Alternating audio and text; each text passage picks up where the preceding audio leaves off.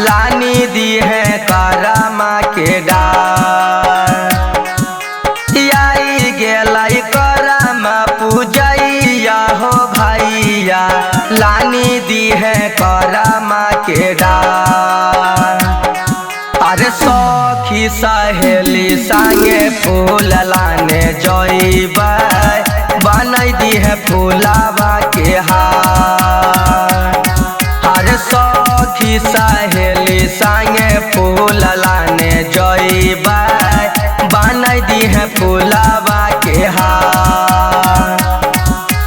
आई गेलै करमा पूजैया हो भैया, लानी दी है करमा के डार। अरे सखी सहेली संगे फूल लाने जइबै, बनाई दी है फूलावा के हार। अरे सखी सहेली संगे फूल लाने जइबै, बनाई दी है फूलावा के हार।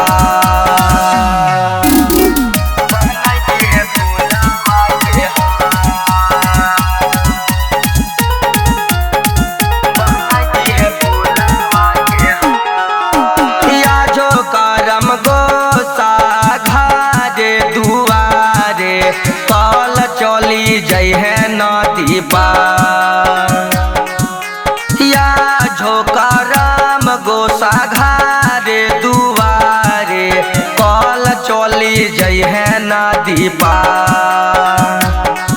अरे सखी सहेली संगे फूल लाने जइबै, बनाई दी है फूलावा के हार। अरे सखी सहेली संगे फूल लाने जइबै, बनाई दी है फूलावा के हार। बनाई दी है फूलावा के हार। म्यूजिक बाय विकेश भोजपुरिया।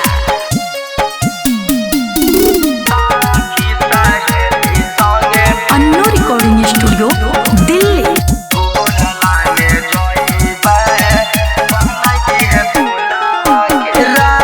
सबेदारा दी मुँह सभी का सभैया, लानी दी है सूट सलवार। राज सबेदारा दी मुँह सपरे में भैया, लानी दी है सूट सलवार। अरे सखी सहेली संगे फूल लाने जइबै, बनाई दी है फूलावा के हार।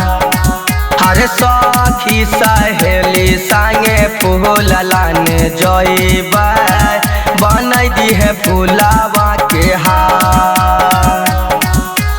आई गेलै करमा पूजैया हो भैया, लानी दी है करमा के डार।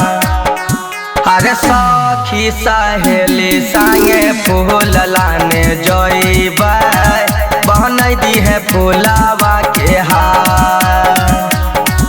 अरे सखी सहेली संगे फूल लाने जइबै, बनाई दी है फूलावा के हार। Annu recording studio